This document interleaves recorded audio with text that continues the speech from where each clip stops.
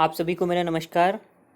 जैसा कि last class में हम लोगों ने पढ़ा था कि शिक्षा क्या है, इसका स्वरूप क्या है, इसकी विशेषताएं क्या हैं। तो शिक्षा का अर्थ हमने पढ़ा था भारतीय परिप्रेक्ष्य में क्या शिक्षा का मतलब है, ज्ञान का क्या मतलब है, एजुकेशन का क्या मतलब है, एजुशियर का क्या मतलब है, एजुकेटम का क्या मतलब है। उसके बाद उसकी कैरेक्टरिस्टिक्स के बारे में पढ़ा था। अब आज हम लोग पढ़ेंगे कि क्या होते हैं शिक्षण उद्देश्य, क्या होता है टीचिंग ऑब्जेक्टिव्स। तो देखिए, जैसे टीचिंग ऑब्जेक्टिव्स की बात करें तो जब हम कोई भी विषय पढ़ते हैं या किसी भी विषय के बारे में जानकारी प्राप्त करते हैं तो उस विषय के उद्देश्यों को जानना बहुत ज़रूरी है। मतलब वो विषय हम पढ़ तो रहे हैं लेकिन क्यों पढ़ रहे हैं, कुछ तो उद्देश्य होगा हमारा। कोई तो लक्ष्य हमने डिसाइड कर रखा होगा, कोई तो लक्ष्य टीचर ने बनाया होगा, कोई तो लक्ष्य करिकुलम में डिसाइड किया गया होगा। हाँ, आखिर उस सब्जेक्ट को पढ़ने का मतलब क्या है हमारा। कोई ना कोई एम, गोल, ऑब्जेक्टिव्स डिसाइड किए गए होंगे बालकों के सर्वांगीण विकास के लिए। तो इसी तरीके से जब तक किसी भी विषय का उद्देश्य निर्धारित नहीं होता है तब तक विद्यार्थी को सही दिशा में ज्ञान की प्राप्ति नहीं कराई जा सकती है। जैसा कि देखिए, कहा भी गया है कि उद्देश्य के ज्ञान के बिना शिक्षक उस नाविक की तरह है जिसे अपने लक्ष्य का पता ही नहीं है, तथा विद्यार्थी उस पतवार रहित नाव के समान है जो समुद्र की लहरों के बीच थपेड़े खाते किनारे की तरफ बहती है। बहुत ही अच्छी लाइन, बहुत ही अच्छी बात कही गई है। तो अब क्या है कि यानी हमें क्या समझ में आया कि उद्देश्य किसी भी विषय के ज्ञान को प्राप्त करने के लिए सबसे पहले उद्देश्यों का निर्धारण करना अत्यंत आवश्यक है। तो उद्देश्यों को बनाने के लिए क्या है कि सबसे पहले निम्नलिखित बातों को ध्यान में रखना भी क्या है, बहुत ज़रूरी है। उद्देश्यों को बनाने के लिए निम्नलिखित बातों को ध्यान में रखना जरूरी है। जैसे यदि आप उद्देश्यों का निर्धारण कर रहे हैं या कोई शिक्षक उद्देश्यों का निर्धारण कर रहा है तो सबसे पहले जो उद्देश्य होने चाहिए किस पे बेस्ड होने चाहिए। उद्देश्यों का निर्धारण साइकोलॉजिकल बेस्ड होना चाहिए, यानी मनोवैज्ञानिक सिद्धांतों पर आधारित होना चाहिए। मनोवैज्ञानिक सिद्धांतों पर आधारित होना चाहिए। उद्देश्य ऐसे होने चाहिए जिनकी पूर्ति आसानी से हो जाए, ईजिली फुलफिल हो जाए, फुलफिल ईजिली। और क्या होना चाहिए, वेरीफाइड होने चाहिए, यानी कि उद्देश्य ऐसे होने चाहिए जो पूरे शिक्षा जगत में जिसको मान्यता मिली हो। उद्देश्य का स्वरूप कैसा होना चाहिए, according to the nature of the student, यानी विद्यार्थी की प्रकृति के अनुसार होना चाहिए। और उद्देश्यों का निर्धारण देश काल एवं परिस्थिति के अनुसार, कंट्री, देश, काल, टाइम एंड कंडीशंस, परिस्थिति के अनुसार उद्देश्यों का निर्धारण करना चाहिए। तो उद्देश्यों का निर्धारण करते समय कुछ सामान्य रूप से ये मुख्य बातें आपको ध्यान में रखना है या किसी शिक्षक को ध्यान में रखना होता है। अब अगर हम बात करें तो मोटे तौर पर अगर हम बात करें तो उद्देश्य होते क्या हैं, तो उद्देश्य को, एम्स को या गोल्स को या ऑब्जेक्टिव्स को, एक ही बात है, ऑब्जेक्टिव्स को मुख्य रूप से दो भागों में बांटा गया है। पहला सामान्य उद्देश्य यानी जनरल ऑब्जेक्टिव्स, और दूसरा विशिष्ट उद्देश्य यानी स्पेसिफिक ऑब्जेक्टिव्स। तो सामान्य उद्देश्य और विशिष्ट उद्देश्य। अब सामान्य उद्देश्य क्या होते हैं, तो सामान्य उद्देश्य क्या है, सामान्य उद्देश्य ऐसे उद्देश्य होते हैं जिन्हें एक निश्चित समय के अनुसार में नहीं पाया जा सकता है। मतलब ये क्या होते हैं, लॉन्ग टर्म होते हैं। इनका सामान्य उद्देश्यों का जो क्षेत्र होता है सीमित होता है, ये इनडायरेक्ट होते हैं, ये अनिश्चित होते हैं। इनकी अवधि कैसी होती है, दीर्घकालीन होती है। और इन उद्देश्यों की प्राप्ति क्या है, समाज को ध्यान में रख के की जाती है। ये औपचारिक होते हैं, इनका आधार कैसा होता है, दार्शनिक होता है, और इनका स्वरूप सब्जेक्टिव होता है, व्यक्तिनिष्ठ होता है। लेकिन अगर हम विशिष्ट उद्देश्यों की बात करें तो क्या है, इनका क्षेत्र सीमित होता है, ये प्रत्यक्ष होते हैं, ये एक सर्टेन पीरियड ऑफ टाइम में, मतलब ये एक निश्चित समय में इन्हें प्राप्त किया जा सकता है। जैसे मान लीजिए अभी हम लोग आज टीचिंग ऑब्जेक्टिव्स पढ़ रहे हैं, तो अभी 15-20 मिनट के बाद आप इस टीचिंग ऑब्जेक्टिव से परिचित हो जाएंगे। तो ये हमारा विशिष्ट उद्देश्य है। क्लास में एक लेक्चर डिलीवर करने से पहले टीचर जो भी टॉपिक तैयार करके आया है उसको पढ़ाने के बाद बच्चों को वो चीज़ समझ में आ जाए, तो उसका विशिष्ट उद्देश्य जो है पूरा हो गया है। लेकिन सामान्य उद्देश्य क्या है, ये लॉन्ग टर्म होते हैं। अगर हम सामान्य उद्देश्यों की बात करें तो जैसे छात्रों का शारीरिक विकास करना, मानसिक विकास करना, छात्रों का शारीरिक विकास करना, मानसिक विकास करना, सोशल डेवलपमेंट करना, इमोशनल डेवलपमेंट करना, और समाज का आर्थिक, राजनीतिक, सांस्कृतिक तथा ऐतिहासिक आधार होता है। शिक्षा के मनोविज्ञानों के मूलभूत सिद्धांत पर आधारित होता है। तो इस तरीके से क्या है, सामान्य उद्देश्य हमारा लॉन्ग टर्म होता है और स्पेसिफिक ऑब्जेक्टिव हमारा इमीडिएट होता है, मतलब क्लास के बाद इन उद्देश्यों की पूर्ति कर ली जाती है। तो अगर हम लोग स्टार्ट करें तो क्या है, देखिए, एजुकेशनल और टीचिंग ऑब्जेक्टिव, शिक्षण उद्देश्य। तो आज हम लोग अगर जो पढ़ेंगे, बेंजामिन एस ब्लूम के द्वारा दिया गया शिक्षण उद्देश्यों को पढ़ेंगे, जिन्होंने 1956 में इन उद्देश्यों को सबसे पहले वर्गीकृत किया था, क्लासिफाई किया था बेंजामिन एस ब्लूम ने। ये शिकागो विश्वविद्यालय में मनोविज्ञान के प्रोफेसर के रूप में कार्य करते थे, शिक्षा मनोवैज्ञानिक थे, और इन्होंने और इनके साथियों ने मिलकर जो है कि शैक्षिक उद्देश्यों को व्यवहार परिवर्तन के रूप में प्रस्तुत करने का सबसे पहला और सफल प्रयास किया था। तो बेंजामिन एस ब्लूम और उनके सहयोगियों ने मिलकर जो है शैक्षिक उद्देश्यों को मुख्यतः 3 भागों में बांटा। 3 भाग कौन कौन से हैं? देखिए, जैसा कि स्क्रीन पर लिख भी रखा है, कॉग्निटिव डोमेन यानी पहला संज्ञानात्मक पक्ष, दूसरा अफेक्टिव डोमेन यानी कि भावात्मक पक्ष, और तीसरा साइकोमोटर या कोग्निटिव डोमेन या क्रियात्मक पक्ष। तो अगर इन तीनों की बात करें तो जो कॉग्निटिव डोमेन है, इसमें जो आपका सबसे पहला है कॉग्निटिव डोमेन, ब्लूम और उनके सहयोगियों ने 3 भागों में बांटा इसको। कॉग्निटिव डोमेन यानी संज्ञानात्मक पक्ष, अफेक्टिव डोमेन यानी भावात्मक पक्ष, और साइकोमोटर डोमेन यानी कि क्रियात्मक या मनोचालक पक्ष या फिर कोग्निटिव डोमेन। बात एक ही है। तो अगर ध्यान से देखिए तो संज्ञानात्मक पक्ष का जो संबंध होता है किससे होता है, हमारे हेड से, मस्तिष्क से। भावात्मक पक्ष का हमारा जो संबंध होता है किससे होता है, हमारे हार्ट से। और साइकोमोटर डोमेन का हमारा जो संबंध होता है किससे होता है, हैंड से। यानी कि जब हेड, हार्ट और हैंड, ये 3H का जब कॉम्बिनेशन हो जाता है, इस तो क्या है, बालक को कोई भी कॉन्सेप्ट आसानी से समझ में आने लगता है। यानी बालक का जो ओवरऑल डेवलपमेंट है किस पे डिपेंड करता है, 3H पर। और इन्हीं तीनों के कोऑर्डिनेशन को लेकर चलते हुए हम बालक को निश्चित उद्देश्यों की प्राप्ति करवाते हैं। तो आज जो हम लोग पढ़ेंगे, सबसे पहले पढ़ेंगे बेंजामिन एस ब्लूम द्वारा दिया गया आपका कॉग्निटिव डोमेन, संज्ञानात्मक पक्ष। तो संज्ञानात्मक पक्ष की बात करें तो सबसे पहले ब्लूम्स ने 1956 में इसको दिया था, और ये किससे संबंधित है, मस्तिष्क संबंधी क्रियाओं से। देखिए, जैसा कि ब्रैकेट में लिख भी रखा है, activities related to head, mental abilities, potential skills, knowledge, thinking, problem solving. यानी मस्तिष्क से संबंधित, मानव दिमाग से संबंधित जितनी भी क्रियाएं हैं, चिंतन करना, थिंकिंग करना, संज्ञान, मेंटल एबिलिटी यानी मानसिक योग्यता, समस्या समाधान यानी प्रॉब्लम सॉल्विंग, या फिर जितनी भी मानसिक क्रियाएं हैं, उसका संबंध किससे है, कॉग्निटिव डोमेन से है, संज्ञानात्मक पक्ष से है। और इसी को हम लोग बोलते हैं ब्लूम्स टैक्सोनॉमी। तो बेंजामिन एस ब्लूम ने क्या किया था, जो कॉग्निटिव डोमेन है, जो ज्ञानात्मक पक्ष है, उसको ओवरऑल 6 पार्ट में डिवाइड किया। 6 पार्ट में डिवाइड किया। तो जब 1956 ईस्वी में जब इन्होंने 6 पार्ट में इसको डिवाइड किया था, तो देखिए, जो सबसे पहला है, पहला पार्ट है नॉलेज, यानी पहला जो लोवेस्ट लेवल है वो है नॉलेज, यानी कि नॉलेज लेवल से स्टार्ट होता है। उसके बाद अपर लेवल क्या है, अंडरस्टैंडिंग, फिर उसके बाद एप्लीकेशन, फिर एनालिसिस, फिर सिंथेसिस, फिर इवेल्युएशन। नॉलेज का मतलब ज्ञान, फिर अंडरस्टैंडिंग यानी समझ, एप्लीकेशन का मतलब अनुप्रयोग, एनालिसिस का मतलब विश्लेषण, सिंथेसिस का मतलब संश्लेषण, और इवेल्युएशन का मतलब मूल्यांकन।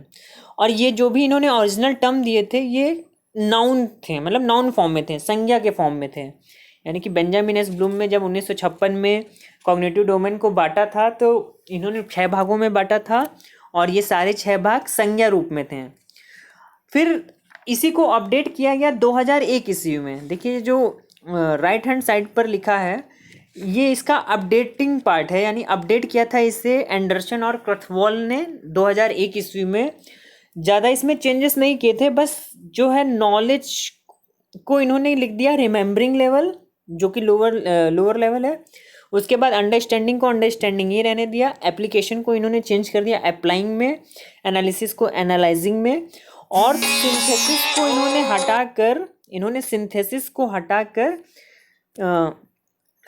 को इन्होंने कन्वर्ट कर दिया क्रिएटिंग में, और इवेल्युएशन को इवेल्युएटिंग कर दिया।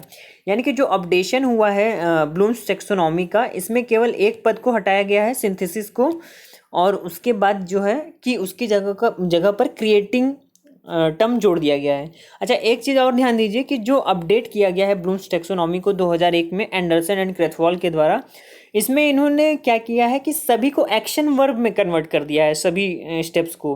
देखिए जैसे पहले क्या था, नॉलेज था, तो अब ये रिमेम्बरिंग हो गया है, यानी नाउन से किस में कन्वर्ट हो गया है, वर्ब में।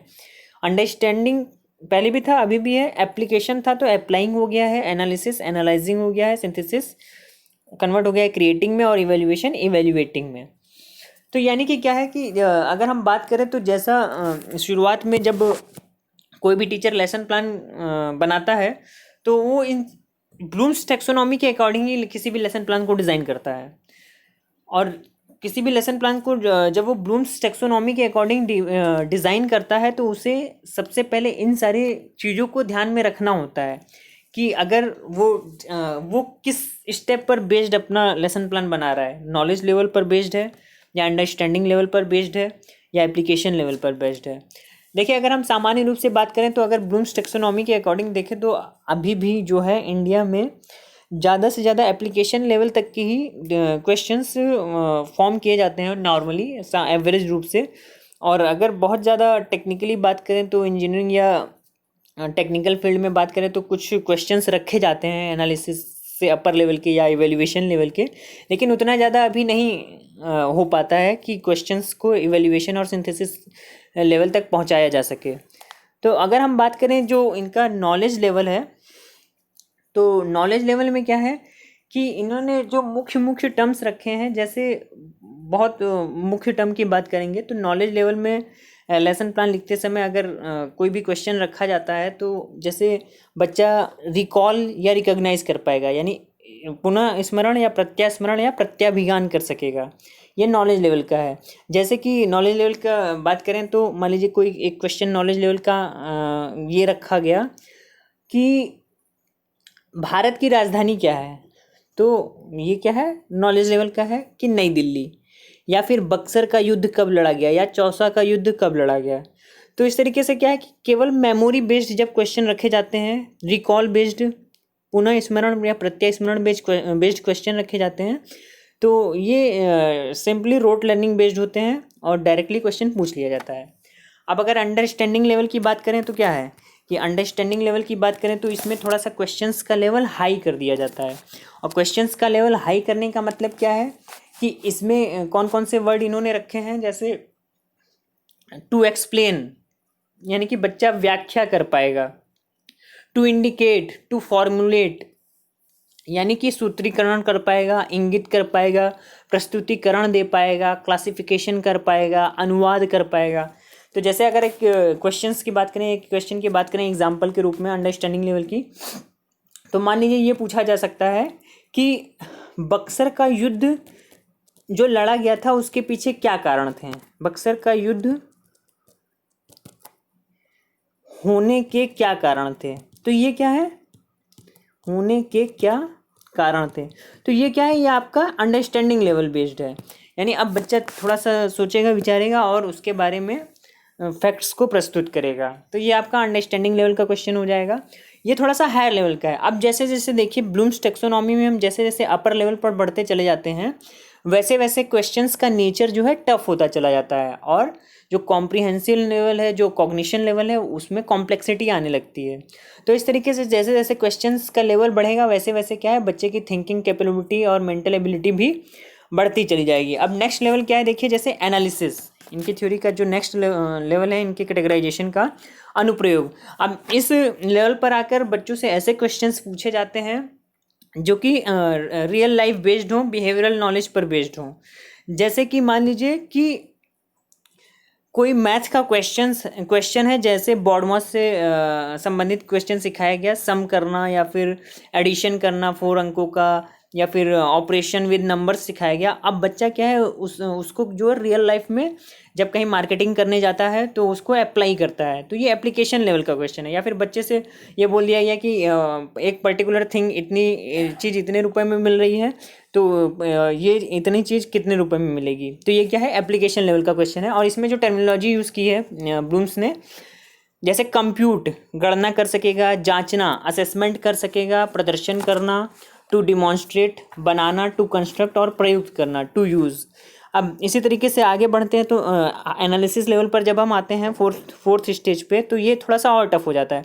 अब इसमें क्या होता है, बच्चा किसी होल प्रॉब्लम को क्या है, किसी होल प्रॉब्लम को डिफरेंट पार्ट्स में ब्रेक कर कर सॉल्व करता है। यानी कि एक मेजर प्रॉब्लम है उसको कई स्टेप्स में बांट लेता है और उसके बाद उसको सॉल्व करने की कोशिश करता है, तो ये एनालिसिस लेवल है। उसके बाद सिंथेसिस में क्या है, एनालिसिस लेवल में प्रॉब्लम्स को एक बार ब्रेक करने के बाद बच्चा फिर से अपनी तरफ से न्यू फैक्ट्स और नॉलेज को ऐड करके, न्यू फैक्ट्स एंड नॉलेज को ऐड करके बच्चा एक नई चीज़ को फिर से सिंथेसाइज करता है, बनाता है, यानी न्यू फॉर्म, न्यू कॉन्सेप्ट को डेवलप करता है, नए चीज़ों को बनाता है, ये सिंथेसिस है। और सिंथेसिस में जो वर्ड हम लोग यूज़ करते हैं, जैसे तर्क करना है, सारांश देना है, वाद विवाद करना है, संबंध स्थापित करना है, जनरलाइजेशन। अब लास्ट और मोस्ट अपर लेवल स्टेज जो है इनका इवेल्युएशन लेवल में बच्चा क्या करता है, टेकिंग डिसीजन, निर्णय लेने का कार्य, प्रतिवाद करना, चिन्हित करना, बचना, कमी खोजना या क्रिटिसाइज करना। तो बच्चे को फिर इवेल्यूशन लेवल पर ऐसे क्वेश्चंस दिए जाते हैं कि जैसे मान लीजिए कि कोई योजना है, जैसे मान लीजिए मिड डे मील योजना है, बच्चे को ये दिया गया कि मिड डे मील योजना का क्रिटिकल रूप से एनालिसिस करके आपको ये बताना है कि वह योजना जो है कि सफल साबित हुई है या नहीं। तो ये देखिए इवैल्यूएशन लेवल का क्वेश्चन हो गया कि इसमें बच्चे को क्रिटिकली एनालाइज भी करना है और उसके बाद उसको इवैल्यूएट भी करना है। तो अगर इस तरीके से हम देखें तो 6 पार्ट्स जो हैं कॉग्निटिव डोमेन के, इसमें हर एक पार्ट में अलग अलग टर्मिनोलॉजी ब्लूम्स ने यूज़ की है। लेकिन एक चीज़ और ध्यान रखिएगा कि जितने भी स्टेजेस हैं, जैसे नॉलेज लेवल में जो टर्मिनोलॉजी हैं, ज़रूरी नहीं कि नॉलेज लेवल में वो फिक्स ही हैं। कुछ शब्द ऐसे हैं जो रिपीट भी हुए हैं, जैसे कि जो शब्द नॉलेज लेवल में हम यूज़ करते हैं वही 1-2 शब्द अंडरस्टैंडिंग लेवल में भी यूज़ कर सकते हैं, वही एनालिसिस में भी, वही सिंथेसिस में भी, और वही इवैल्यूएशन में। तो आप ये ना समझिएगा कि एक ही शब्द इसमें भी क्यों यूज़ हुआ है, उसमें भी क्यों यूज़ हुआ है, तो ऐसा हो सकता है। तो जैसे कि नॉलेज लेवल में हम लोगों ने देखा था रिकॉल और रिकॉग्निशन, अंडरस्टैंडिंग लेवल में ट्रांसलेशन, इंटरप्रिटेशन और एक्सट्रापोलेशन, एप्लीकेशन लेवल में जनरलाइजेशन, डायग्नोसिस और use in new situation. Application level में क्या है कि किसी भी समस्या को बच्चा जो है उसके समाधान को नवीन परिस्थितियों में प्रयोग करता है। विश्लेषण में क्या था, एनालिसिस ऑफ एलिमेंट्स, रिलेशनशिप। संश्लेषण में भी क्या है, तत्वों का अनोखा संप्रेषण करता है। तो इस तरीके से क्या है कि हर एक स्टेज में बच्चा जैसे जैसे आगे बढ़ता जाता है वैसे वैसे जो है कि क्वेश्चंस का नेचर थोड़ा सा टफ होता चला जाता है। अब अगर हम बात करें तो देखिए क्या है, ये ओरिजिनल टर्म्स हैं, जैसे वही इवैल्यूएशन। ओरिजिनल टर्म्स क्या थे, जैसे मैंने शुरुआत में ही बताया, knowledge, comprehension, application, analysis, synthesis, evaluation. और रिवाइज्ड में क्या था, remembering, understanding, applying, analysis, evaluating and creating. तो इस तरीके से देखिए, जैसे रिमेंबरिंग में क्या है, recalling information, recognising, listing, describing, retrieving, naming, finding. तो इसी तरीके से ये वर्ड्स हम हर स्टेजेस में यूज़ करते हैं। अब अगर बात करें तो जो आपका 2001 में एंडरसन और करथवाल ने इसको अपडेट किया था, तो इसमें इन्होंने ये भी बताया था कि ज्ञान के जो है 4 आयाम हैं। इन्होंने क्या बताया था कि ज्ञान के या नॉलेज के 4 डायमेंशन हैं। नॉलेज के इन्होंने 4 डायमेंशन बताए थे। 4 डायमेंशन कौन कौन से बताया, इन्होंने कहा कि एक होता है फैक्चुअल नॉलेज यानी तथ्यात्मक ज्ञान। उसके बाद दूसरा इन्होंने बताया वैचारिक ज्ञान यानी कॉन्सेप्चुअल नॉलेज। तीसरा इन्होंने बताया प्रोसीजरल ज्ञान यानी कि प्रक्रियात्मक ज्ञान। और चौथा इन्होंने बताया मेटाकॉग्निशन या मेटाकॉग्निटिव नॉलेज, परासंज्ञान जिसको बोलते हैं, यानी ज्ञान के प्रति ज्ञान, यानी ज्ञान की प्राप्ति कैसे की जाए, इसका ज्ञान आपको है या नहीं, इसी को कहते हैं मेटाकॉग्निशन। अब वापस अगर हम यहाँ आए तो देखें कि इस तरीके से देखिए क्या है, यही ब्लूम्स टैक्सोनॉमी है और इसमें जो जो वर्ड्स हम लोग यूज़ करते हैं। तो इस तरीके से आज हम लोगों ने देखा कि क्या है ब्लूम्स टैक्सोनॉमी, क्या है टीचिंग ऑब्जेक्टिव्स। अब नेक्स्ट क्लास में हम लोग देखेंगे कि अफेक्टिव डोमेन क्या है और साइकोमोटर डोमेन क्या है, इसको किसने और कब दिया था। Thank you so much.